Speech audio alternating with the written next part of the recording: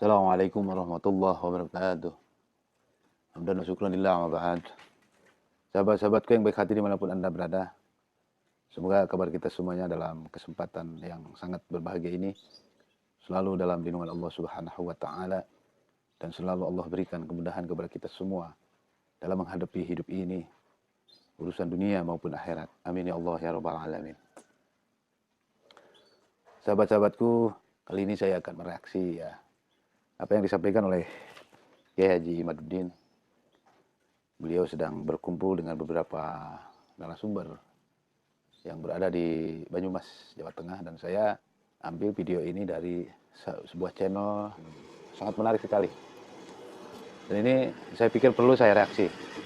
Jadi begini sahabatku semuanya, kenapa Kiai Haji Imaduddin awal mula mengoreksi nasabnya para habaib Kiai Haji Imaduddin, memberikan keraguan terhadap orang yang mengaku sebagai cucu baginda Nabi,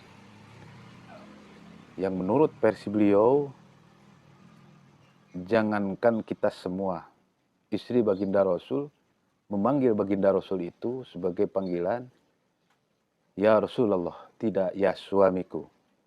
Itu satu. Terus yang kedua, Kiai Haji Imaduddin yang bisa saya garis bawahi, kenapa beliau meragukan keaslian daripada orang yang mengaku cucu baginda Rasul. Beliau katakan bahwa ada sebuah kejadian dalam persidangan. Pada saat itu ada seorang yang sedang bermasalah dengan hukum. Pada saat di persidangan, orang yang terdakwa tersebut menyampaikan kepada saksi dan bertanya, apakah Nabi Muhammad SAW itu kakekku atau kakekmu. Nah, jadi sahabat semuanya, untuk kita jelas apa yang disampaikan oleh Kiai Haji Imaduddin dalam penjelasan tersebut, mari kita lihat cuplikan beliau berikut ini.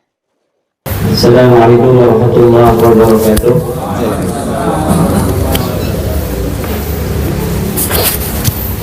Alhamdulillah, salatan wassalaman ala rasulillah, amma ba'du. Maka yang sangat saya banggakan, Gusmar, beliau walaupun tidak mengundang, saya rencana mau mampir, tapi dalam suasana yang rileks gitu. Tapi karena beliau sudah SMS dulu mau mengadakan acara bersama teman-teman, alhamdulillah kata saya nanti supaya bisa satu jalur sampai ke Pemalang. Karena beliau, saya belum tahu rumahnya apakah masuk hutan atau enggak kan. Tuan rumah Bapak Nanang Sugiri, ini Sugiri itu anak Sultan Tirtayasa di Banten. Ini beliau keturunan Pangeran Sugiri, Bir Sultan Agung Tirtayasa. Saudara kayak. Mitra kami dari kepolisian, Kasatintel Polres Banyumas, Bapak dosen Pak Made, ya, dan seluruh rekan-rekan para aktivis Banyumas dari Pagar Nusa, dari NU, dari YouTuber dan lain sebagainya yang saya banggakan. Alhamdulillah pada hari ini dengan izin Allah saya dapat bersilaturahmi, merekatkan cinta antara kita di tempat yang insya Allah barokah. Amin. Yang makanannya enak, siapapun nanti yang melihat YouTube silakan mampir ke Banyumas di Cafe Arko. Arko Cafe. Kopinya juga nikmat, kopi tanpa gula. Berbicara tentang nasab, ini bermula dengan masifnya pengakuan di media-media sosial, terutama di YouTube, di Facebook, di TikTok, dibagikan pula secara masif di grup-grup WhatsApp. Beberapa oknum habaib mengatakan bahwa di dalam tubuhku ada mengalir darah Rasulullah. Ungkapan itu diungkapkan tentu dengan satu tujuan, Tujuannya bisa macam-macam. Kemudian saya juga pernah melihat dalam sebuah sidang pengadilan, ada seorang kiai menjadi saksi yang memberatkan seorang narapidana atau terdakwalah waktu itu, residipis, seorang habib yang residipis masuk keluar dari penjara. Di dalam satu persidangan dia mengatakan kepada seorang saksi itu, Nabi Muhammad itu siapa? Kakekku apa kakek kamu? Itu saya lihatnya merinding. Seseorang yang sedang berada di dalam suatu kasus persidangan tindak pidana membawa-bawa nama Rasulullah Sallallahu Alaihi Wasallam untuk menguntungkan pribadinya yang sedang dalam sebuah kasus pidana. Banyak lagi hal-hal yang saya kira Rasulullah SAW tidak pantas untuk dibawa-bawa ke dalam hal-hal yang pribadi, karena Rasulullah itu adalah seorang nabi kita, nabi yang mulia, derajatnya begitu tinggi di sisi Allah, seharusnya kita memuliakannya.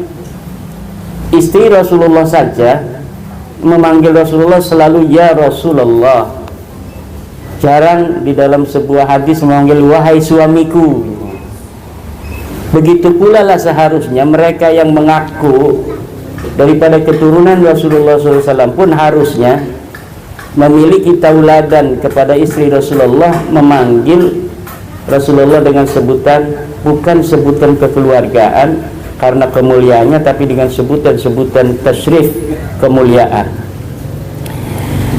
Mending kalau umpamanya orang atau yang mengaku cucu Nabi itu di hadapan orang mencerminkan akhlak-akhlak yang mulia, berbarengan dengan pengakuan dia di depan publik itu bahwa dia sebagai cucu Rasulullah, masyarakat mengenalnya sebagai orang yang tidak baik-baik amat akhlaknya, mencaci maki pemerintah, mencaci maki ulama, dalam dakwah tidak menyajikan ilmu tapi menyajikan hal-hal yang sangat kadang-kadang malu kita mendengarnya.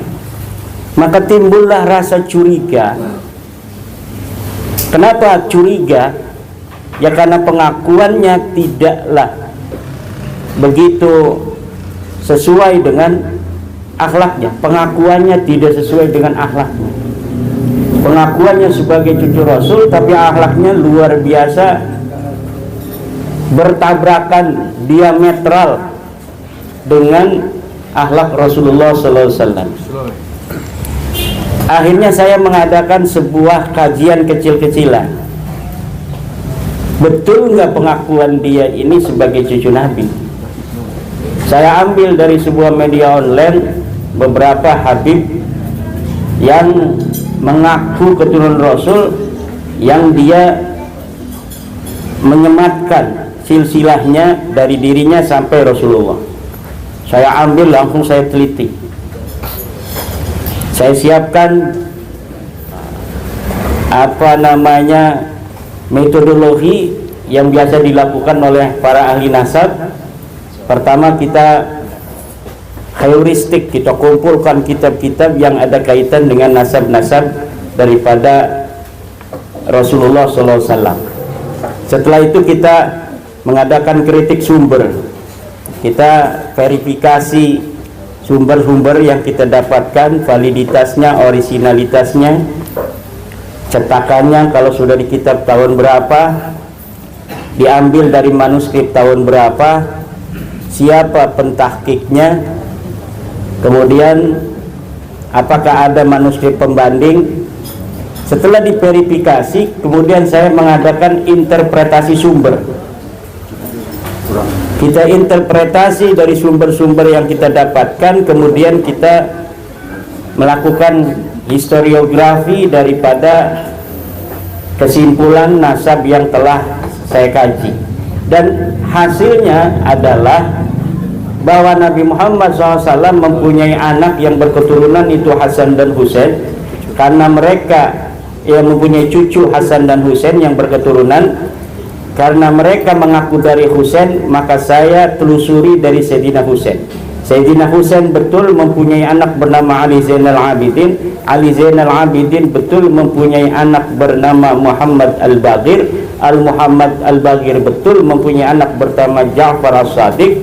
Ja'far As-Sadiq betul mempunyai anak bernama Ali Al-Uraidi. Al-Uraidi betul mempunyai anak bernama Muhammad An-Naqib. An-Naqib betul mempunyai anak bernama Isa. Isa betul mempunyai anak bernama Ahmad. Ahmad betul mempunyai 3 anak, Muhammad, Ali, dan Husain. Nah, sedang nama yang disebutkan oleh mereka Ubaidillah bin Ahmad bin Isa. Ditulis di dalam kitab-kitab nasab hanya Ahmad ini mempunyai anak 3, Muhammad, Ali, dan Husain. Tidak ada anak yang bernama Ubaidillah. Berarti dari Ahmad bin Isa sampai ke Rasulullah sahih berdasarkan uji petik dari kitab-kitab nasab. Tetapi dari Ahmad bin Isa mereka gagal uji petik secara kajian pustaka. Itu kitab abad ke-6 Hijriah. Kitab-kitab nasab itu perlu diketahui bapak-bapak, itu sudah ada sejak abad 3 Hijriah. Jadi keluarga Nabi itu selalu ada nakib. Ada misalnya turun Sayyidina Husain lahir dicatat, kemudian ada yang lahir lagi dicatat, kemudian lahir catat. Setelah misalnya dianggap cukup, kemudian jadi satu kitab, manuskripnya ditaruh. Kemudian ada lagi keluarga lain mencatat. Kadang keluarga itu mencatat keluarganya saja, juga mencatat keluarga orang lain. Jadi ini jadi bahan sekunder, jadi bahan eksternal. Kemudian tiap abad itu puluhan kitab ditulis oleh para ulama nasab. Abad 3, abad 4, abad 5, abad 6, abad 7, abad 8, abad 10 sampai sekarang. Pencatatan para keturunan Nabi itu lengkap. Tidak bisa ada orang nyantol begitu saja bisa mengaku sebagai turunan Nabi. Lalu ceritanya bagaimana kok mereka sudah lama mengaku-ngaku tapi sekarang baru ada masalah di Indonesia? Jadi mulai Ahmad bin Isa ini, Ahmad bin Isa wafat 345 Hijriah. 345 Hijriah. Satu kitab di abad itu menyebutkan anaknya hanya satu. Dikatakan sebagian anak Ahmad bin Isa hanyalah Muhammad, adalah Muhammad. Disebut sebagian.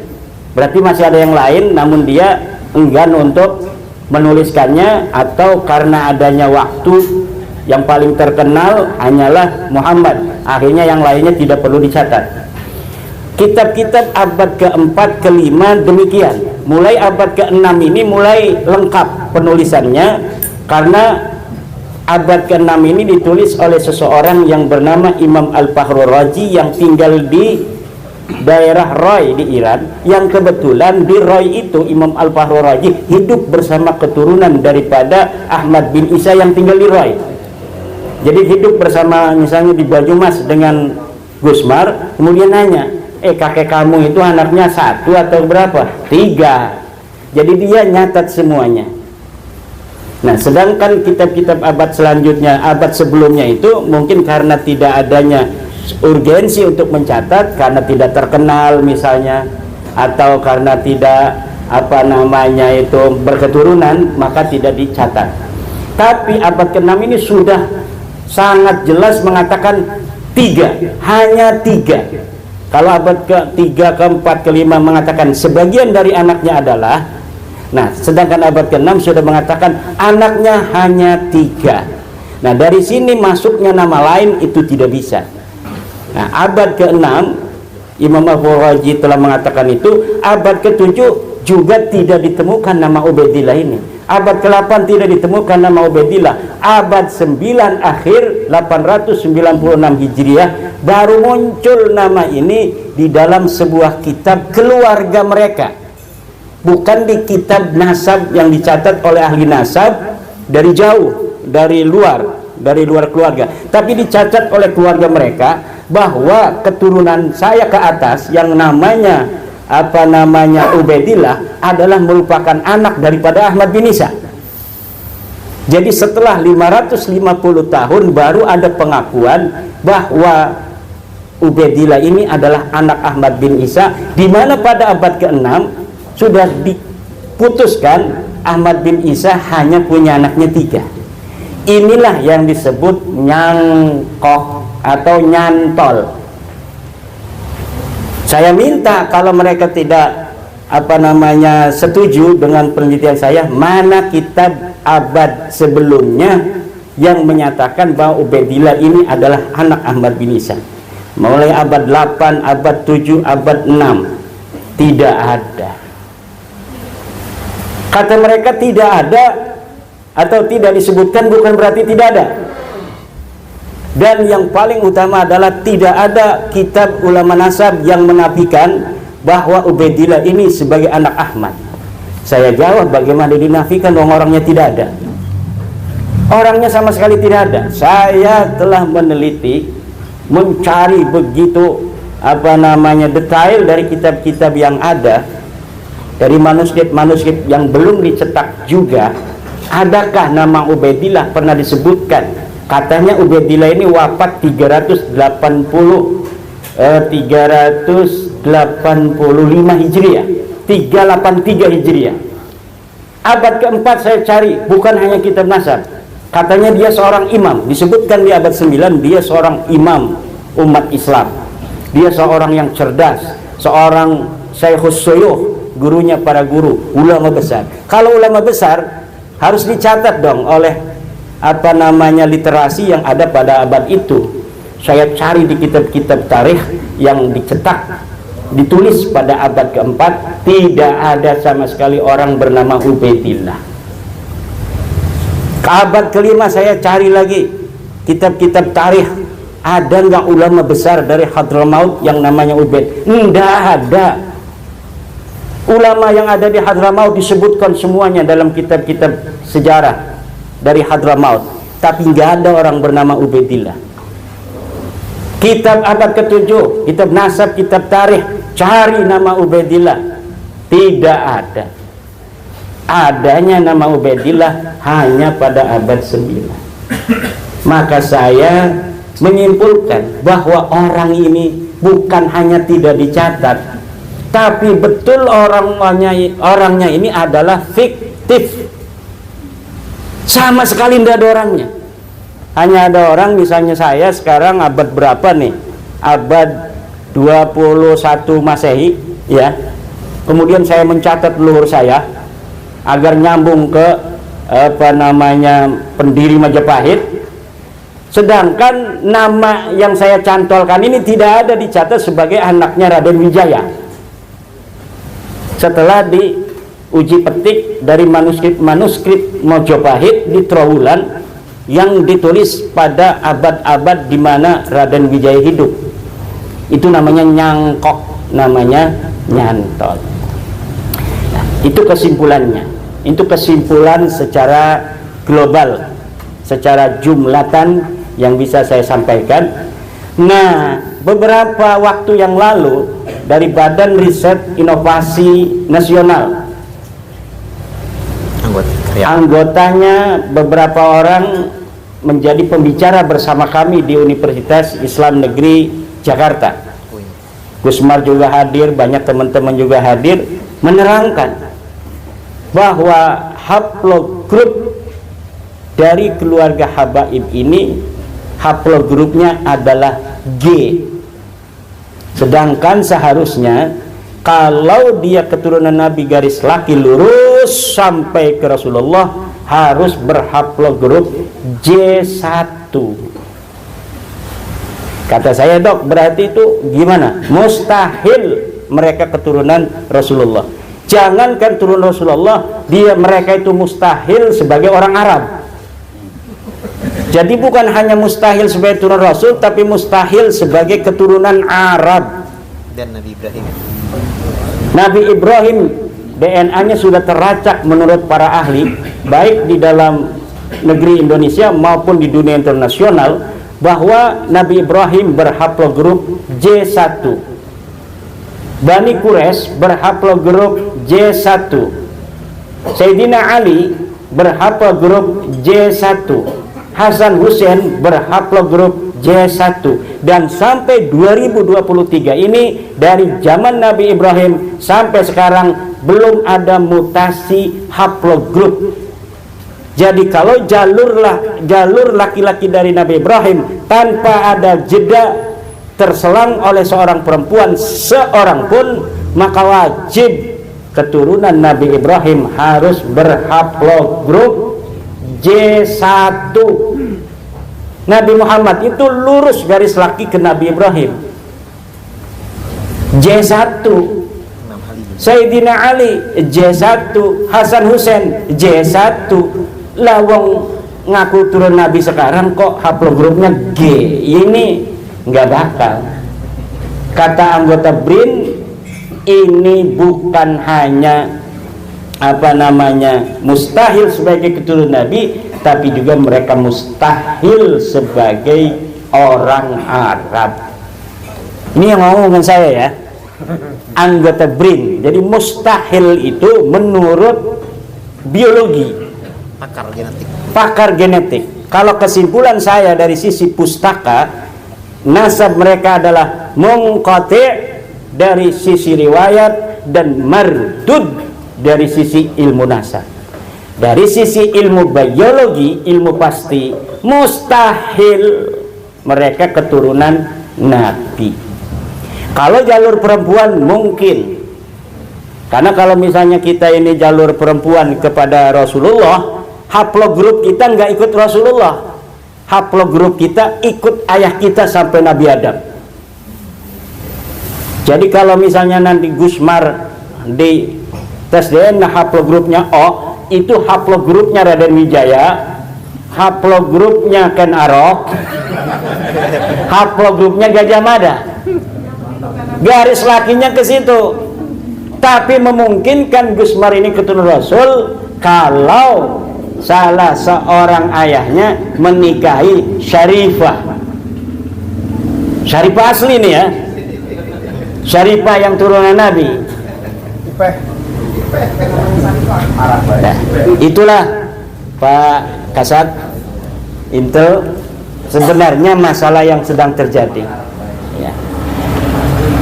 Imam Ibnu Hajar mengatakan yang bagi likulli ahadin ayyakuna lahu ghairatun fi hadan nasabi syarifi wa dhabtihi hatta la yantasiba ilaihi sallallahu alaihi wasallam ahadun illa bihaqqin. Seyogianya, sebanyumasnya, kalau di Banyumas, kalau sedang ada di Yogyakarta kita seyogianya yang bagi itu. Kalau di Banyumas sebanyumasnya, kita ini harus mempunyai perhatian, kecemburuan kepada nasabnya baginda Nabi, dan harus menelitinya sampai tidak ada orang yang berintisab mengatakan keturunan Nabi kecuali dengan benar. Dan menurut ulama bahwa meneliti nasab yang mencurigakan seperti nasab mereka minal amri bil ma'ruf wan nahyi 'anil munkar, sebagian daripada amar ma'ruf dan nahi munkar. Amar ma'ruf harus dilakukan dengan sesuatu yang ma'ruf, nahi munkar dilakukan tidak boleh dengan cara-cara yang lebih mungkar.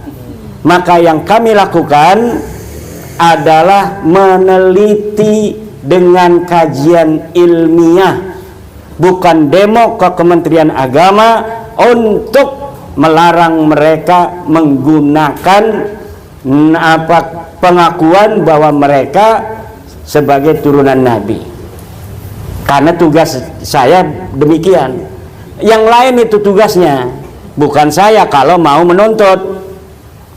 Tugas saya meneliti dan sudah saya teliti.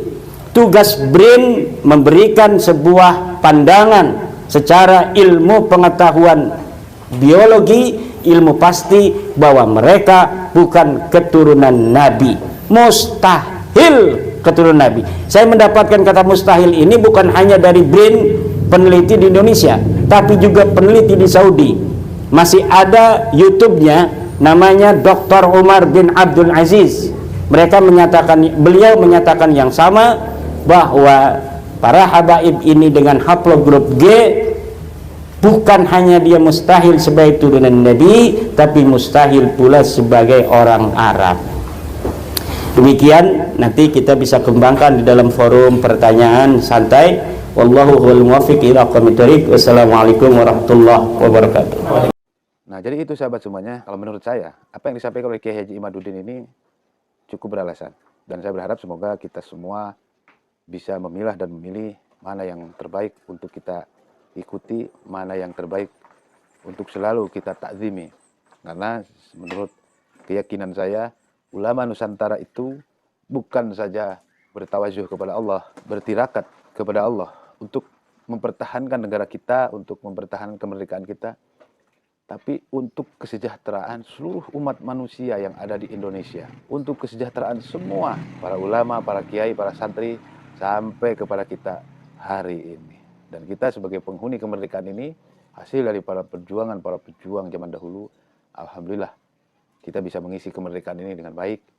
Dan semoga saja kasus-kasus atau masalah nasab ini berakhir sampai di sini, sehingga kita hakul muslim alal muslim, yaitu memberikan pandangan yang baik, memberikan pandangan-pandangan dengan secara ilmiah, agar supaya diketahui oleh publik. Semoga negara kita semakin jaya dan semakin makmur. Salam takdim buat semua guru-guruku yang sedang berjuang untuk melawan kebatilan, untuk melawan kebohongan. Selalu benahi sholat kita, selalu perbanyak sholawat, selalu budayakan sedekah, agar hidup kita semakin berkah dunia dan akhirat. Mohon maaf atas segala kurangan. Ihdinas siratal mustaqim. Assalamualaikum warahmatullahi wabarakatuh. Merdeka. Salam Pancasila.